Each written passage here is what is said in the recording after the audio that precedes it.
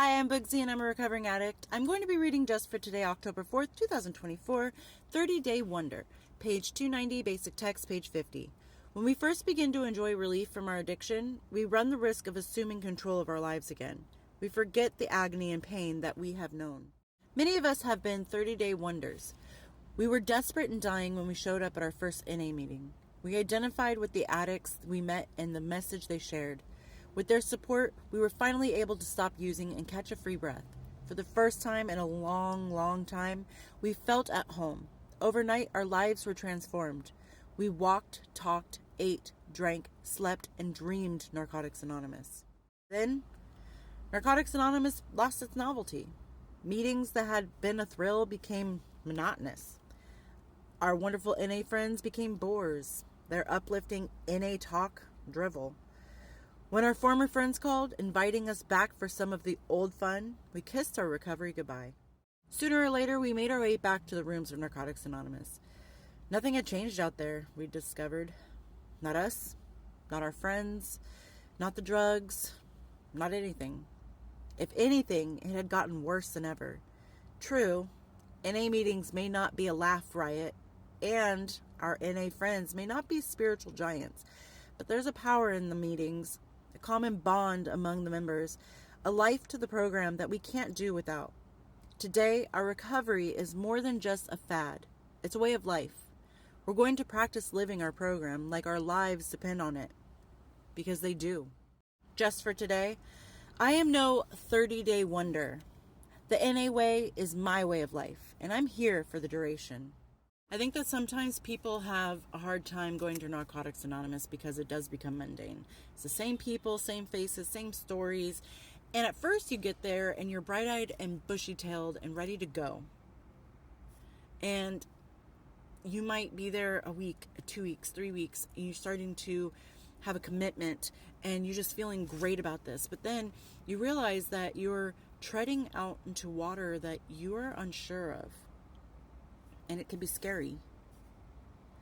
And just like a toxic relationship, you may be tempted to go back to what you know. Just like if you had a lover and you broke up because it was toxic.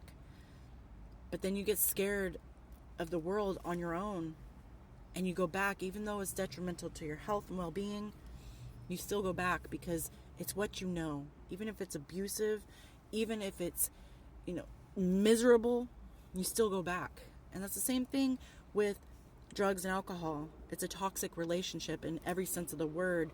Metaphorically and literally, it's toxic. But it's what we know.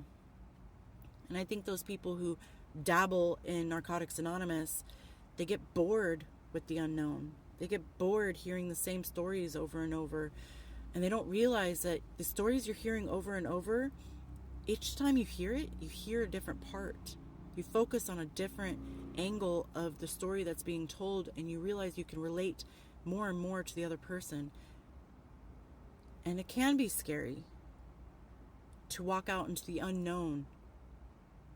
I don't know what recovery has for me. I don't know where I'm going to go when I get sober, because the only life I know is addiction. And I have become accustomed to living that life, and I live it well because I know how to work the streets. I know how to do the deals, and I know how to be high and how to function high or drunk. I don't know how to function sober. And Narcotics Anonymous is there no matter what. Even if you fall off 1, 2, 3, 12 times, Narcotics Anonymous, recovering addicts, they will always be there with no judgment, ready to help you, okay? You slipped. Let me help you up. Let me help carry you so that you can get your footing again. No matter how many times you fall, somebody will always be there to hold you back up. And it can be scary to walk into this new world. But you have to understand that everyone in there understands where you're coming from. And we hope to see you again. Even if you don't go to meetings, because sometimes meetings can be triggers. Even if you don't go to meetings, talking to another recovering addict can be very helpful.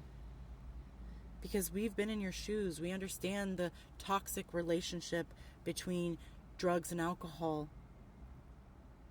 And we understand the struggle and the fear that recovery may offer you. It is scary.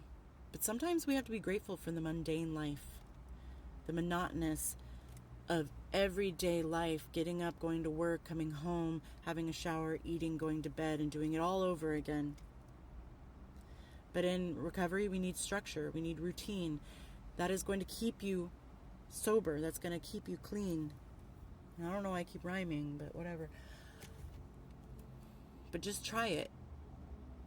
And understand that if you go to a meeting or if you try to get sober and you fall, you just weren't ready. And it's something that we as recovering addicts have to understand, that just because they came to the rooms doesn't mean they're ready yet.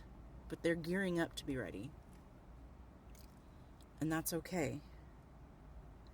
Because to get sober, all of us in recovery understand, to get sober, you have to want to get sober. Nobody can do the time for you. Nobody can force you to go and get sober and stay sober. That's your own journey. But we're here to help you along. And I hope everyone's doing well out there, and I'll talk to you later. Bye.